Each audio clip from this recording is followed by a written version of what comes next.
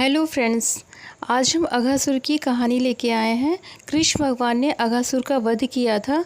अघासुर कंस के असुरों में से एक महाअसुर था, जिसे ये विद्या प्राप्त थी कि वो क्षण क्षण में अपने रूपों को चेंज कर लेता था। चलिए फ्रेंड्स, हम अपनी कहानी की तरफ चलते हैं। कंस ने दैत्यों में अघासुर बड़ा भयानक था। वह वेश बदलने में दक्ष तो था ही, बड़ा शूरवीर और मायावी भी था। कंस ने कृष्ण को हानि पहुंचाने के लिए बकासुर के पश्चात अघासुर को भेजा। दोपहर के पहले का समय था। गायें चर रही थीं। ग्वाल बाल इधर उधर घूम रहे थे। बाल कृष्ण चरती गायों को बड़े ध्यान से देख रहे थे।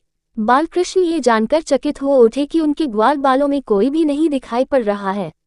गौएं रह रहकर हुंकार रही हैं। बाल कृष्ण विस्मित होकर आगे बढ़े। वे ग्वाल बालों को पुकारने लगे, उन्हें खोजने लगे, किंतु न तो उन्हें उत्तर मिला, न कोई ग्वाल बाल दिखाई पड़ा। श्री कृष्ण चिंतित होकर सोचने लगे, आखिर सब गए तो कहाँ गए? कोई उत्तर क्यों नहीं दे रहा है? श्री कृष्ण कुछ और आगे बढ़े। उन्होंने आगे जाकर जो कुछ देखा, उससे उनके आश्चर्य की सीमा नहीं रही। एक भयानक अजगर मार्ग में पड़ा हुआ था, जो जोर जोर से सांसें ले रहा था। वह कृष्ण को देखते ही और भी जोर जोर से सांसें लेने लगा। वह अजगर नहीं, अजगर के रूप में अघासुर था। उसी ने अपनी सांसों द्वारा ग्वाल बालों को अपने पेट के अंदर खींच लिया था। उसने सोचा था, वह कृष्ण को भी अपनी सांसों द्वारा अपने पेट के अंदर खींच लेगा। उसे क्या पता था कि जो कृष्ण सारे ब्रह्मांड को अपनी ओर खींच लेते हैं, उन्हें कौन खींच सकता है। अजगर के रूप में पड़े हुए अघासुर को देखते ही कृष्ण पहचान गए। वह अजगर नहीं, कोई दैत्य है और इसी ने अपनी सांसों द्वारा ग्वाल बालों को अपने पेट में खींच लिया है। वे सावधान हो गए। उधर अजगर कृष्ण को खींचने के लिए जोर जोर से सांसें ले रहा था। कृष्ण अपने आप ही अजगर के मुख के पास जा पहुंचे। उन्होंने दोनों हाथों से अजगर का मुख पकड़कर उसे फाड़ डाला। वे अपने आप ही उसके बहुत बड़े पेट के भीतर घुसकर अपने शरीर का विस्तार किया।